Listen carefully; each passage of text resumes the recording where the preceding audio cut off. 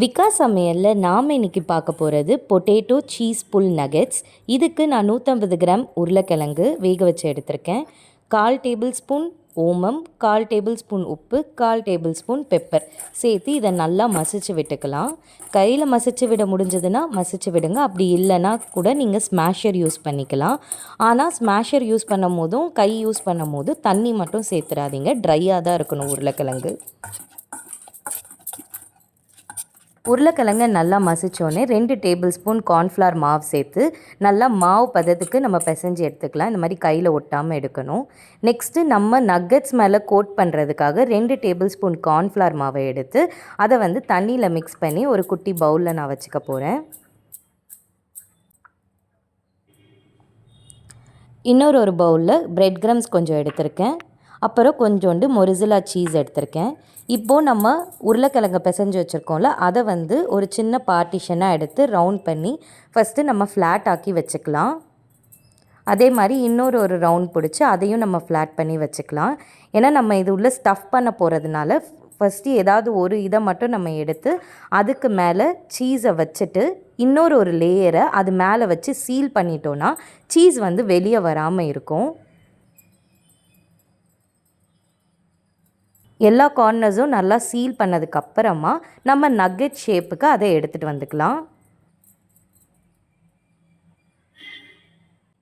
இப்போது நம்ம already cornflour மாவுக்கு தண்ணி கரைச்சி வச்சுருக்கோம்ல, அதில் ஒரு தடவை டிப் பண்ணி எடுத்துகிட்டு அதுக்கப்புறமா பிரெட் கிரம்ஸ்லேயும் ஒரு தடவை டிப் பண்ணி எடுத்துக்கலாம். நம்ம பிரெட் கிரம்ஸ் சேர்க்குறனால அந்த நக்கெட்ஸோட கிறிஸ்பினஸ் கொஞ்சம் லாங் லாஸ்டிங்காக இருக்கும். இப்போ நான் எல்லா நக்கட்ஸையும் இதே ப்ராசஸில் ரிப்பீட் பண்ணி எடுத்து வச்சுட்டேன்.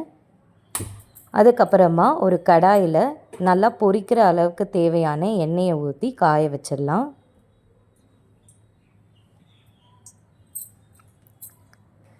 எண்ணெய் நல்லா காஞ்சோன்னே நம்ம ரெடி பண்ணி வச்சுருக்கிற நக்கட்ஸை ஒன்று ஒன்றா உள்ளே சேர்க்கலாம். சேர்க்கும் போது உங்களுக்கு நிறையா பிரெட் கிரம்ஸ் பிரிஞ்சு வர மாதிரி இருக்கும். பட் அது ஒன்றும் பிரச்சனை கிடையாது. கொஞ்சம் ஒட்டாமல் இருக்கிற பிரெட் கிரம்ஸ் தான் விலகி வர மாதிரி இருக்கும். நம்ம கார்ன்ஃப்ளவரில் டிப் பண்ணிவிட்டு பிரெட் கிரம்ஸில் போட்டிருக்கறனால பிரெட் கிரம்ஸ் அதோட சேர்ந்து தான் இருக்கும். ஒரு 5 மினிட்ஸ் கழித்து நம்ம இருக்கிற நக்கட்ஸ் எல்லாத்தையும் திருப்பி போட்டுக்கலாம். ரொம்ப டார்க் ப்ரௌன் வர வரைக்கும் நீங்கள் எண்ணெயில் போட்டு வைக்காதீங்க. ஓரளவுக்கு கோல்டன் ப்ரௌன் வந்தோடனே நம்ம எடுத்துடலாம். திரும்பியும் ஒரு தடவை திருப்பி போட்டுக்கலாம் எல்லா நக்கட்ஸையும்.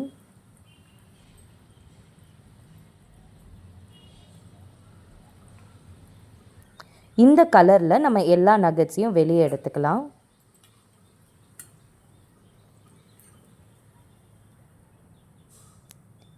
நான் எடுத்த 150 கிராம் உருளைக்கிழங்கில் எனக்கு 7 நக்கட்ஸ் பீசஸ் கிடச்சிது. ஸோ நீங்களும் இந்த ரெசிப்பியை ட்ரை பண்ணி பாருங்கள். கண்டிப்பாகவே ஒரு ஈவினிங் ஸ்நாக்குக்கு சூப்பராகவே இருக்கும். எல்லா குட்டீஸும் ரொம்பவே விரும்பி சாப்பிடுவாங்க.